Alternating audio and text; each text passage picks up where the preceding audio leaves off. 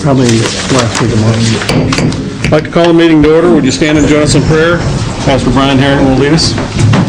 Our gracious Heavenly Father, we come today, Lord, just asking for your wisdom and direction once again for this city. Lord, we thank you for your protection and guidance, Lord, through the storms, and we just pray that you would give us wisdom today as we do your business. In Jesus' name, amen. Amen.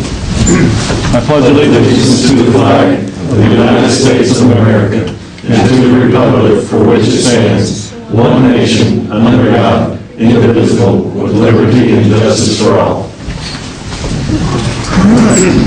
Would the clerk call the roll? Jason Briscoe.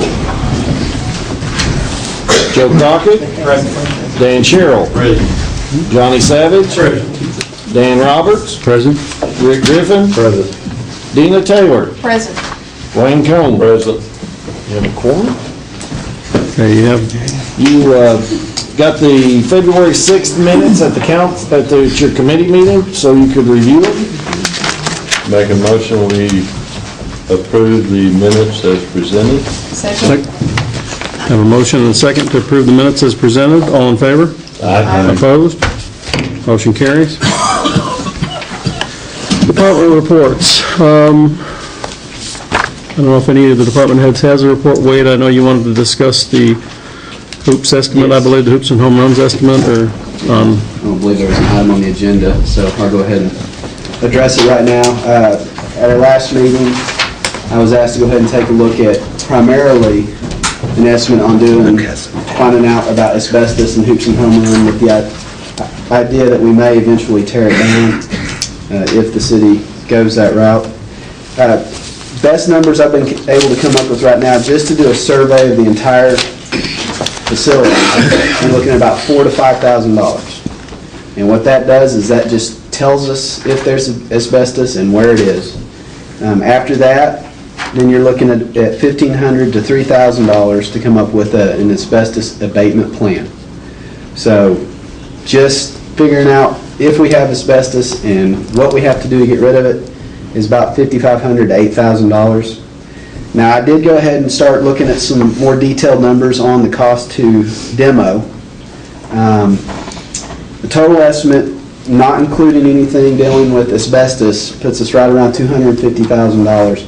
That is to demo everything on the site, to demo and dispose of. Now, there's opportunities to recover some money with material recovery. I know the stone there's got to have some value on parts of that building. But if, though, the whole idea is just to get rid of the eyesore building, we could probably knock that down to about $120,000 to $130,000. With that, because a lot of the costs coming out would be regrading the site, getting all the old pavement and site stuff. That first estimate of $250,000 included everything. If we're just going to get the building out of there and leave a hole or fill a hole just a little bit to where it's not such an eyesore, we're probably looking at $120,000 to $130,000 at that point. It's one of those things that if we did decide to go that route, we'd have to put this out to public bid. There's a lot of companies out there that specialize in this type of work, and they know how to recover every last bit of value out of the materials that are there, so that might help our prices quite a bit too. I had hoped to get a contractor or two to go look at it with me, but with the weather, I wasn't able to get anybody out there to take a look at it. So, I don't know what the next step the council wants to take. If I need to go ahead and pursue the asbestos survey, just let me know. That's something I can go ahead and get final quotes on, final written quotes, and actually get that started. If not, we'll continue to try and observe what they are and aren't doing out there. Aren't there some liens against that property? Yes, there are. And how might we be affected by that? Well, they would have to be made parties to a legal condemnation. Property taxes, I'm not sure how far back those have not been paid.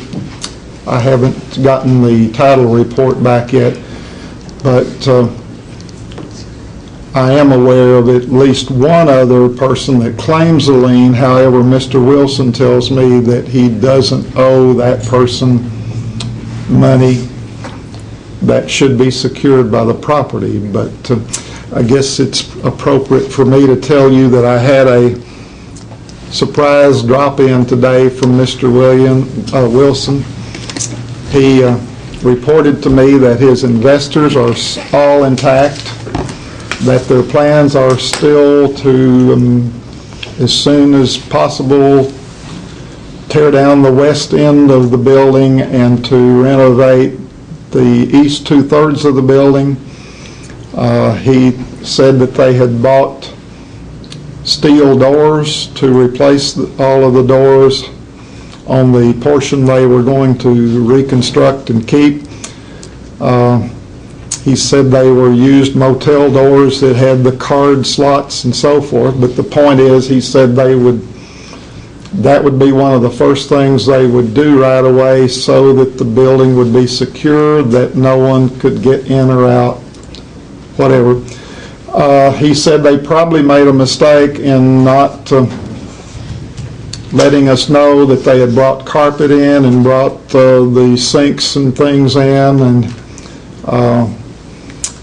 he said the weather had been the biggest problem getting his contractor in, but he was going to shake him up, and that he still expected to have some immediate progress that we would see. And I said that would be good. So at least he came to me, volunteered that information, and he said that he probably wouldn't come to the meeting tonight, that he had something to do, I guess, with his job tonight. And he wanted you all to know that he still intends to develop his property.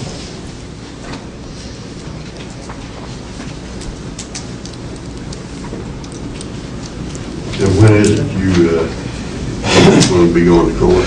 I have him scheduled for next Wednesday. He told me he was going to have a continuance of that because he has, I guess, a baseball outing or something, and he said that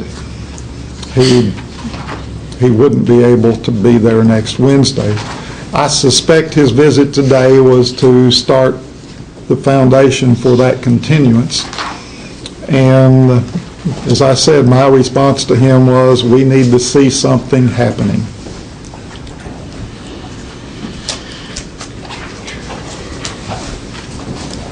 Will the court system put a date? Could they put a date that he has to say completion or something like that? We agreed on, well, not on completion, we agreed that he would have to have substantial progress made. I believe it was by June the 1st was the date that we previously set for him, that he participated in that setting, and he said he still intends to have substantial progress. He intends to have the west end torn down, and as I said, I haven't been by there. I guess I'm not an inspector, but he said they had already started doing something toward the tear down on the west end. Maybe something more than just it falling in, I'm not sure. Well, there was some people working down there. Was there? Yeah, Okay. I went down Well, by. he said they had been there. It's not exactly a 2-minute truck, I think it's 2-minute shovel, but, Okay. Okay. but they had been working on it. And if he doesn't have substantial progress by June, you can't expect the judge to give him a very heavy fine, I would doubt. I'm going to expect that we would put him on at least $100 a day. Again, I know he feels the threat of that, I guess, or he wouldn't have been in my office today.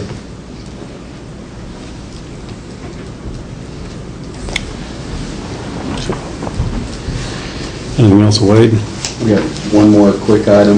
The performance contracting that we had discussed last year, we have been moving forward with that. We've gone through a formal selection process for a company to do that work. Energy Systems Group out of Little Rock has been selected.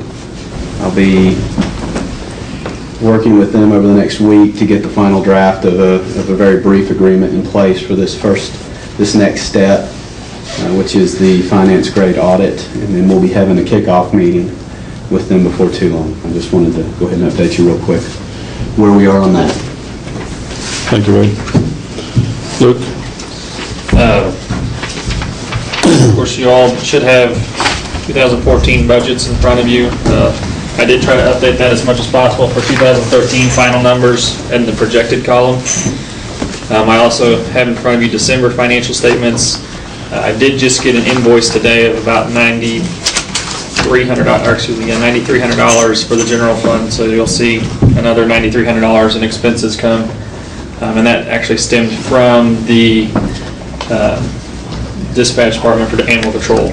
We had not been billed for that all of last year for the animal control, and they finally got us an invoice, so you'll see that increase by $9,200. Overall, somewhat good, somewhat bad. Of course, we're still at a deficit, but it wasn't near the $170,000 that we had projected. I think it's more along the lines of about a little over $80,000 now with that $9,200. Again, nothing great news because we're still a deficit, but at least a little better than expected. So, also, the server room downstairs, I'm just going to bring this up to you to let you know we are going to have to put a new air conditioning ductless system in there. We're going to spend probably up to $3,300. We got a quote for $3,300. I am going to see if there is anything less, but we have to have it because I believe Paul went in there the other day and it was 95 degrees. So we can't have our server room being 95 degrees. We have to purchase this. There's just no way around it. We will take it out of the buildings and grounds, or I think we have a building maintenance line item, and that's where it will come out of. But I wanted to update you on that. And finally, I don't know if everybody got a copy of this in the mail. The 2013 budget, or excuse me, 2012 financial audit from state legislature. If you did not, you should have a copy in front of you today. Fairly good, especially for the city as a water, sewer, general, or I guess not water and sewer, but general fund, state, street, infrastructure and conservation. All four of those had really good remarks. Obviously, we had a segregation duties comment, and that happens every year. And the only other thing was password controls, and we've already implemented all those, and so hopefully we won't have any more of those comments coming up this year. I know we have one other comment that we have to work on, but that's also another yearly issue. So I don't know if you guys have read it. We do need to approve it. If not, we might approve it maybe next time after we look at it in committee if you guys have questions. Have you read it, Dan? I read it too. Yep. Guess we can pass it through committee first. I think that probably, Leave that sit till committee. All right, committee reports. Community Environment Services and Welfare. No report, man. Finance. no report, Mayor. Internal Affairs.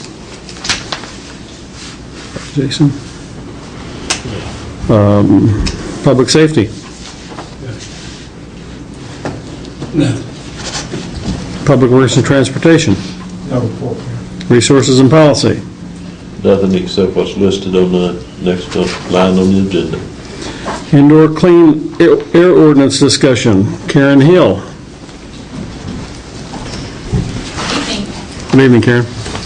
I'm Karen Hill. I live and I work in Harrison. I am the Tobacco Education Coordinator for the Northwest Tobacco Education Network, and this is a program that is funded by the tobacco settlement monies through the Arkansas Department of Health and also by the North Arkansas Partnership for Health Education, known as NAFE, which is a partnership between North Arkansas College and the North Arkansas Regional Medical Center.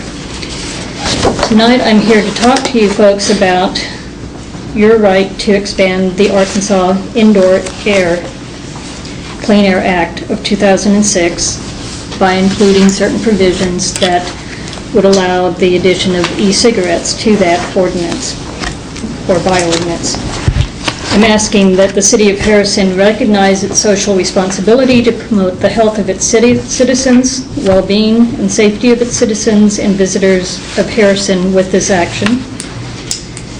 As a leader among cities that adopted clean air policy as regards smoking in public places prior to the 2006 Act, the businesses in Harrison considered smoking to be a health risk as early as 1998, and many businesses in town did enact or take on a smoking ban in their facilities prior to the Act. The hometown health improvement folks, if you look at one of my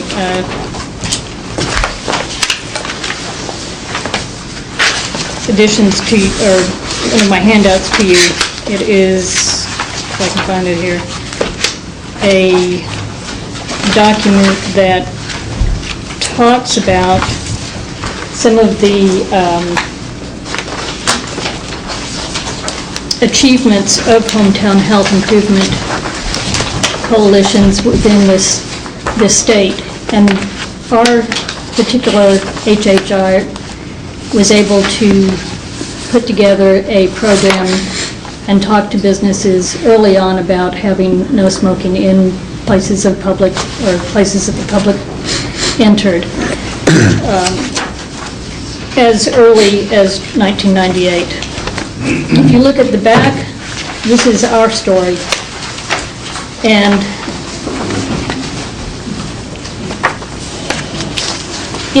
in the early time, and I think we have someone here, Holly, yes, who actually put a lot of this together, we worked as a community with our leaders to protect citizens from secondhand smoke in restaurants, in parks, and festivals. And that led to the Act of 2006, wherein the whole state went with this ban. But in 2006, we did not have e-cigarettes. They did not exist. Now they do. Other cities have now adopted clean air policies that include e-cigarettes. Notably, New York and Chicago have recently included e-cigarettes into their bans. There's at least 108 other cities, and if you look at the handout that I gave you from the A&R, Americans for Non-Smokers' Rights, you can see a number of facts about e-cigarettes and what's going on with them. They are not necessarily a product of big tobacco. E-cigarettes came out of many mom-and-pop organizations or companies. They originally came out of Vietnam. We don't know what's in them. There hasn't been enough study about them. Secondhand smoke and tobacco prevention programs are most effective when supplemented by strong tobacco-free policies. And that is why I'm asking you to incorporate e-cigarettes into an ordinance for the city. One of the reasons that they're not currently regulated is that the FDA has not made any recommendations as far as them being a smoking cessation tool. They're not tobacco, so they're not regulated as tobacco. It's just pure nicotine. We don't know what's in the vapors, and they're not actually vapors. They can be more accurately described as aerosols. They contain certain heavy metals. They contain different chemicals, formaldehyde being one of them, glycerins being others. Some of them are not necessarily harmful on a one-time basis, but we don't know what they do to people and their lungs over time. One of the reasons that we don't have regulation is because we haven't done the studies. Not enough time has gone by. As I say, these things have only come about in the last 5 to 6 years. And that's not enough time to do the long-term studies that we've done on smoking and what secondhand smoke does. Another thing that the government does is they tax cigarettes. And one of the reasons that they tax cigarettes and tobacco is to prevent initiation and to promote not initiating tobacco smoke or tobacco intake among our youth. We can make an impact there by initiating a ban against e-cigarettes. E-cigarettes are sometimes thought of as a gateway device because they're easier to inhale than, as we all know, starting to smoke cigarettes, you cough a lot and it's hard to inhale. The e-cigarettes don't have that problem, and many times they're flavored. Now, because they are mom and pop type operations and not necessarily part of a large tobacco corporation, although Lorillard has recently bought Blue, I think for $135 million, and some of the other e-cigarette operations are being bought by the large corporations. We don't know what the smaller companies are putting into the e-cigarettes. We don't know how much nicotine is in each of them. We don't know how much chemicals are in each of them. We don't know a lot of that simply because they're too spread out. So the danger comes from what we don't know more than what we do know. Any questions?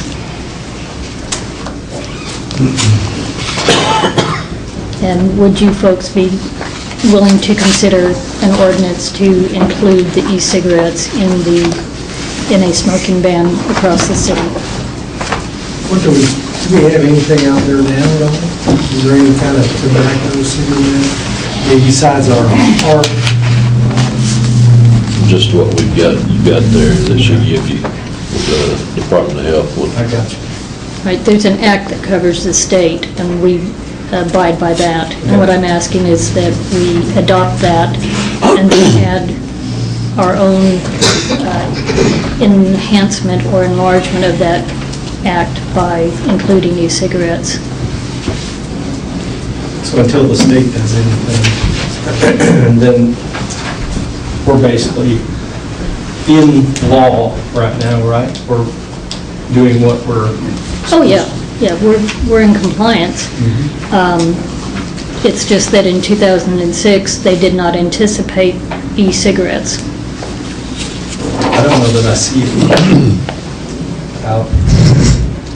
But again, I don't get Would it. e-cigarettes not be considered smoking? It's kind of the same thing, but I It think wouldn't be a tobacco. you can smoke them anywhere, I guess.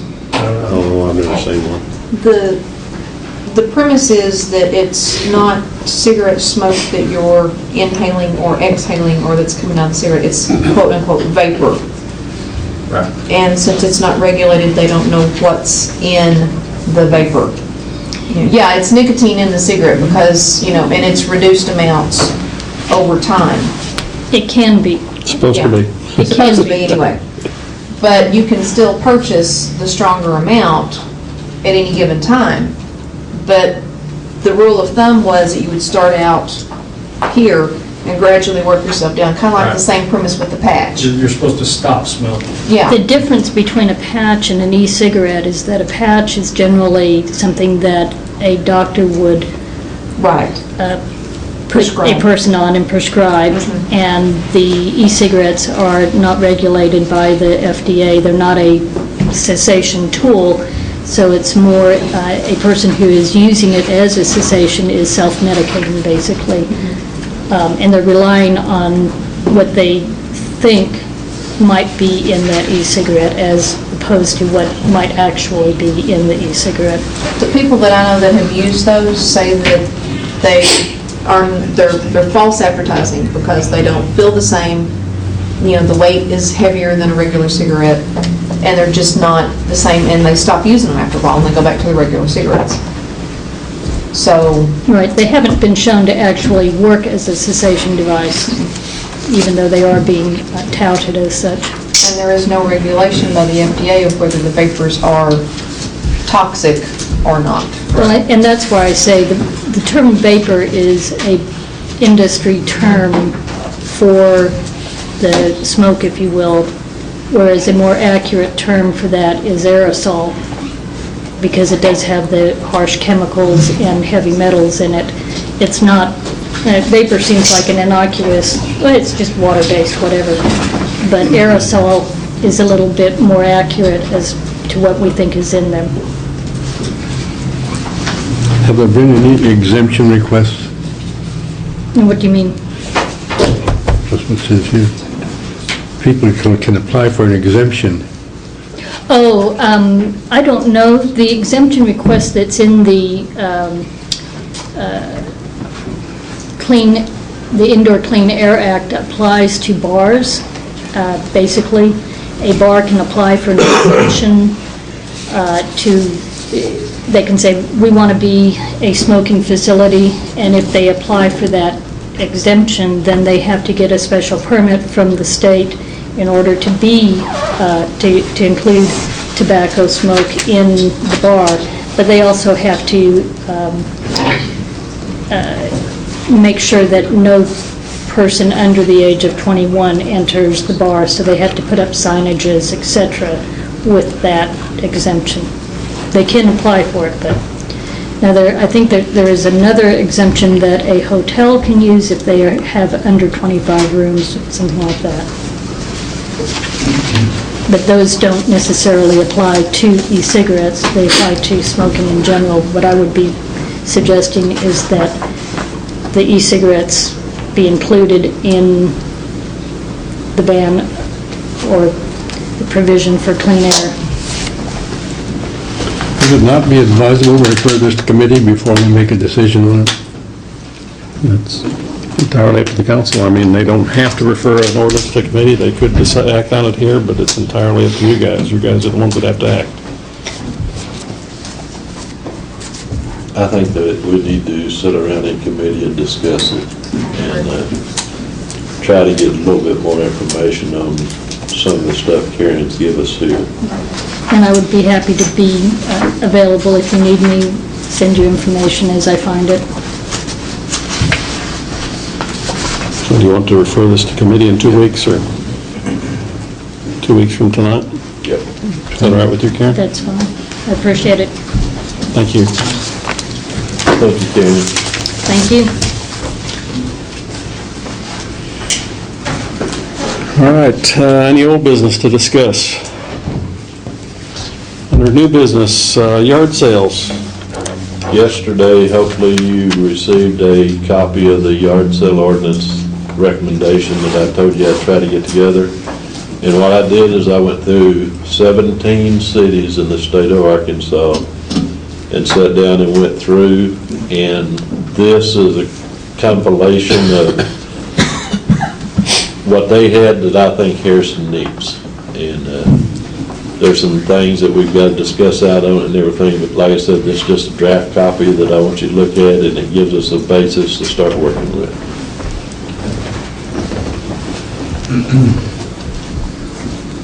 Ben, did you get a chance to read? I've looked through it, yes. What it said, what's in there? You got to push that to committee? I think we just need to move this into committee in 2 weeks and go through it then, and let Van have a chance to go through it. And that way, if anybody's got any questions, maybe we as a group can work them out. I doubt that anything becomes a legal issue until you all do kind of say, we like Wayne's, now let's look at it from the editing or the legal point of view. But I will look at it again before committee meetings and at least give you any issues that maybe need attention. Do we have something on the books already? No. Not yard sales at all? Not really, not specifically. The only thing we got is part of the itinerant sales permit that just refers to full-time, you can have so many yard sales a year. And it's just like a one sentence deal. And Yeah, it's really nothing. Or We might not want any conflict on two different things together, I would think. It's not going to be a conflict. No.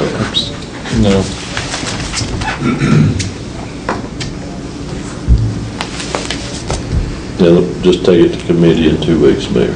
Okay. City Hall Jail. Paul, did you want to bring up anything on the City Hall Jail, or do these aldermen just need to figure out where we're going with it, or? Decision we'd like to do. So, you guys heard Paul's report on the City Hall Jail estimates, tearing it out and putting some offices in there 2 weeks ago at the committee meeting. What's your pleasure? Do you have a price yet on the rest of the work? The jail portion of it? Holding cell? Not downstairs, because That's what I mean, first floor. without doing the top, if you tell me to leave it open, then we're not gonna do that, so I just need to know what you like to do first. But I have that in the budget, so it's not an item that I need money for. $19,176, right? That I don't have in the budget, but yes.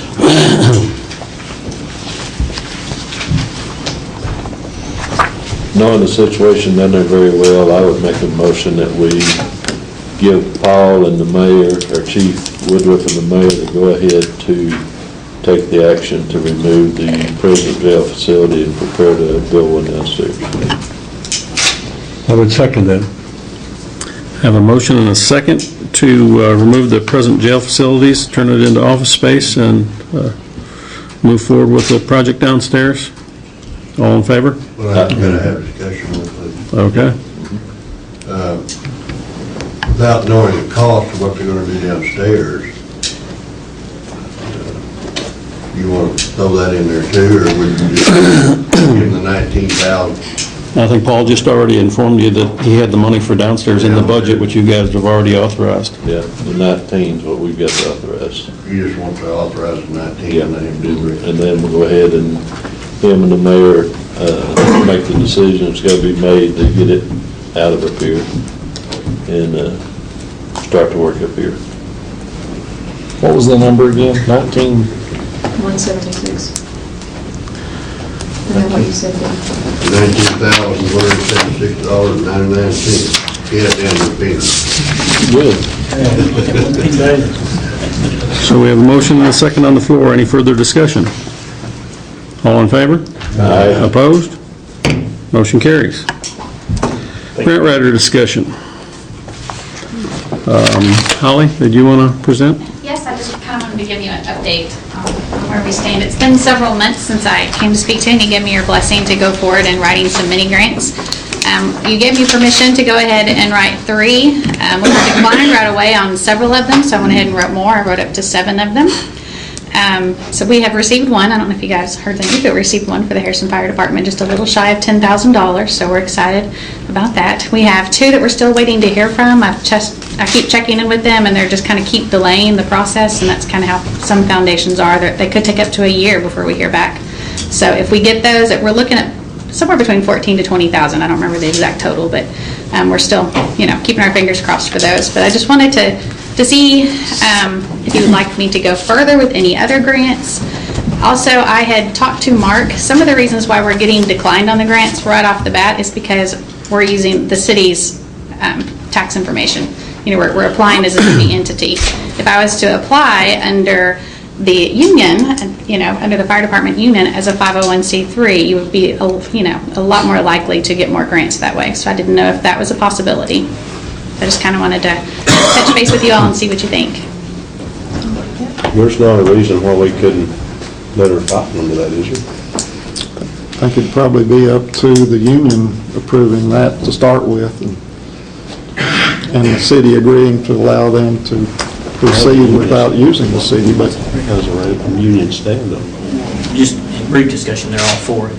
There were some questions about, obviously, how it would work, once it was awarded, they buy it, or do they, how it works exactly, but we'd have to work through that.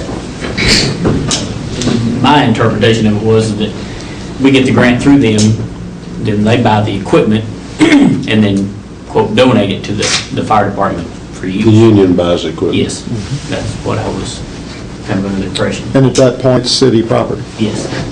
I don't see why there would be a problem with doing that. Shouldn't be technically any problem, it's just a matter of coordinating the approval in minutes of the union or in the, so that we've got a written basis for that, and of course, if they approve it, then I think it probably needs to come back here for approval, which could all be done probably before next month's meeting. Well, yeah, I think we ought to do that too. I mean, I think she needs to move forward to the union and let them do their paperwork. Right. I do too. Sounds good. Thank you. Okay, appreciate it, Holly. Thank you for what you've done so far. Did you get approval on that survey? We brought it up, but it wasn't voted on, I understand. Now it's in the, we got it in the budget.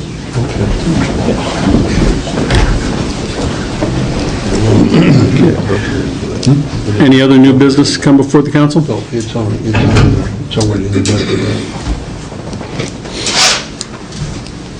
There's no other new business. I have a 2000 State of the City address to present. It's required by state law in the first 90 days of every fiscal year.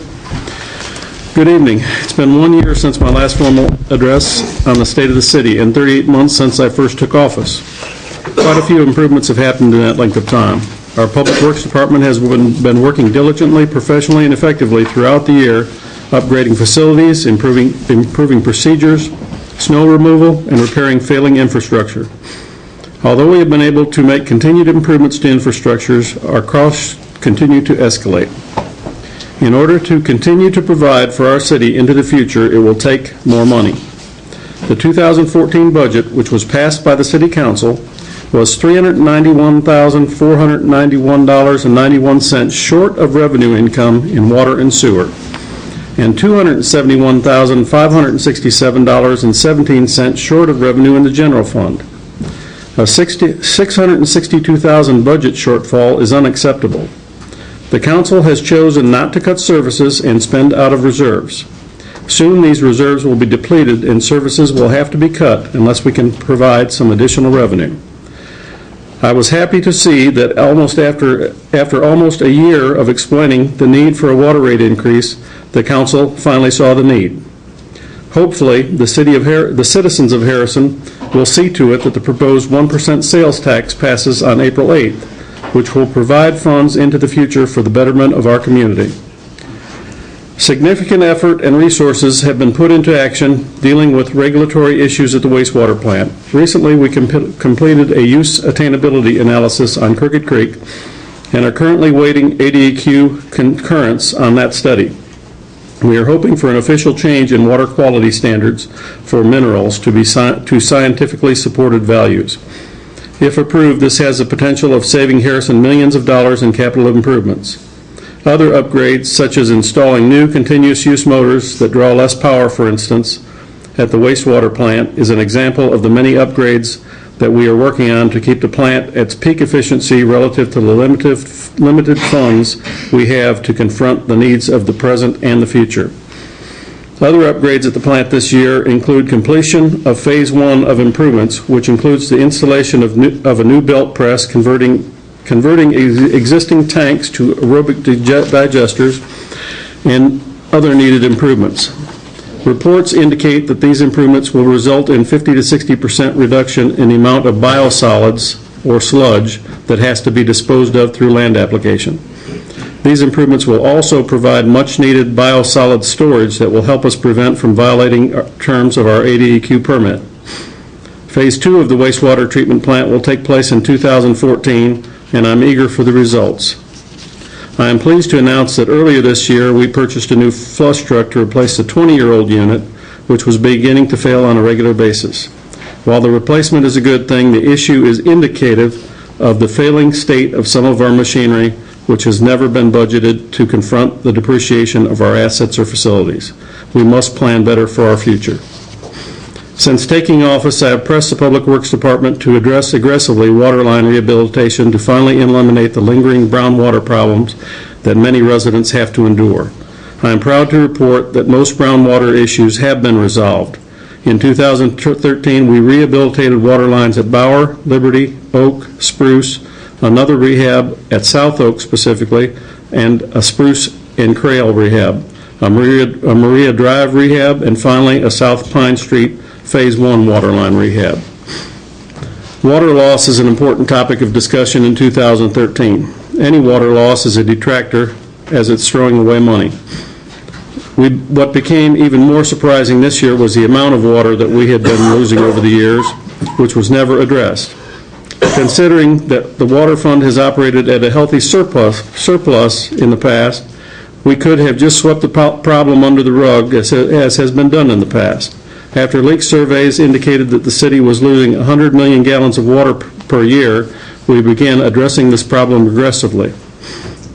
In 2013, after the comprehensive leak survey was completed to ascertain the extent of our leak problems, we had identified and began repairing over 60 leaks of various sizes. To date, many of the leaks have been repaired, and in the next year we will be even more successful. I am proud to report that we are nearing completion of our Beverly Drive major sewer rehab project. This sewer has suffered with backups and other problems for years.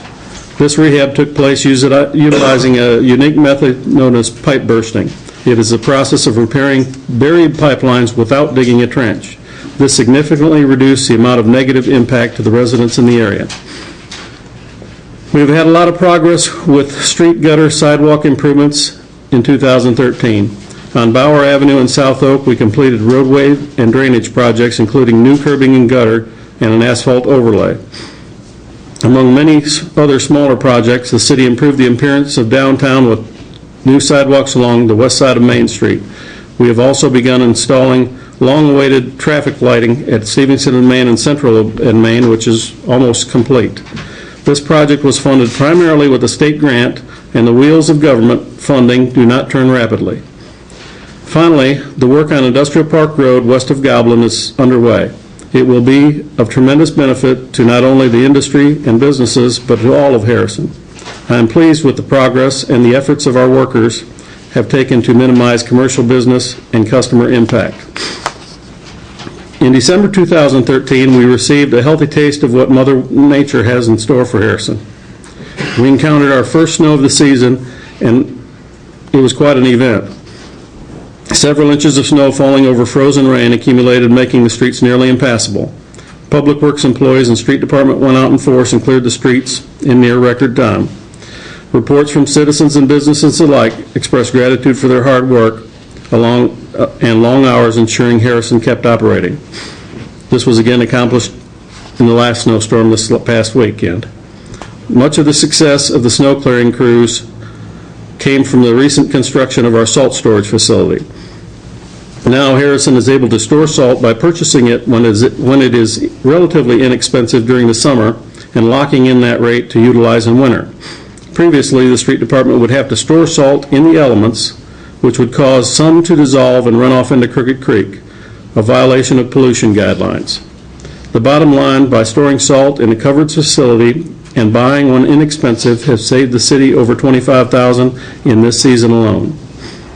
Our finance department has undertaken a new and improved billing system through which we will also offer advertising inserts to businesses for minimal costs that will assist us with their postage expense.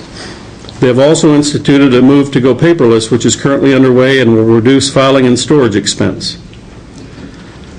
The police department has reported improving statistics for 2013. Among the most significant is the subject of alcohol violations. Alcohol arrests for the Harrison Police Department for 2012 totaled 141 arrests. Alcohol arrests for 2013 totaled 78. That is about a 45% reduction in alcohol-related offenses. Our fire department has also been busy fighting fires, although having to use antique, outdated equipment. The most major fires addressed have been those at both Wabash and Pace, both having a positive outcome compared to the tragedies that might have occurred. In the summer of 2013, Harrison received a rare treat. Among citizens playing the parts of extras, companies and laborers building props like the gallows on the square, and the city giving the use of two city streets and the city jail, we all participated in the filming of Bald Knobbers, the movie. This event only made possible by everyone's generosity and participation, will surely pave the way for future opportunities for Harrison to show off its historic venue and sites. As a community, we have given the word that Harrison is open for business, and we will all work together to have you here. This word goes out, of course, to other movie makers wanting to utilize our offerings, but also to new businesses wanting to call Harrison home. 2013 showed a net increase in businesses coming to town.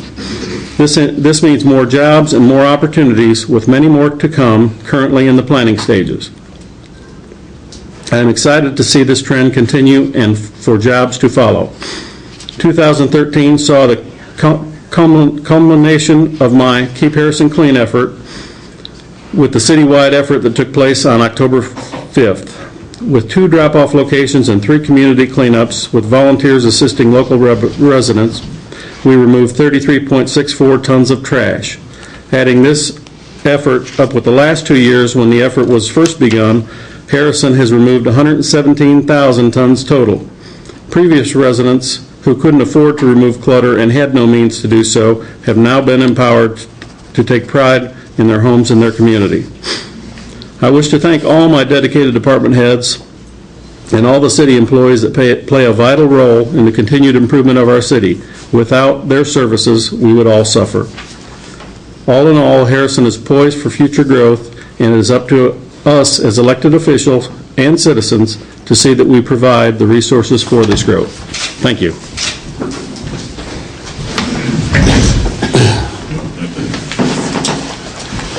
There's nothing else. I would just ask that everyone study that legislative audit report prior to our committee meeting tonight, and we will meet and discuss it at that time. Okay.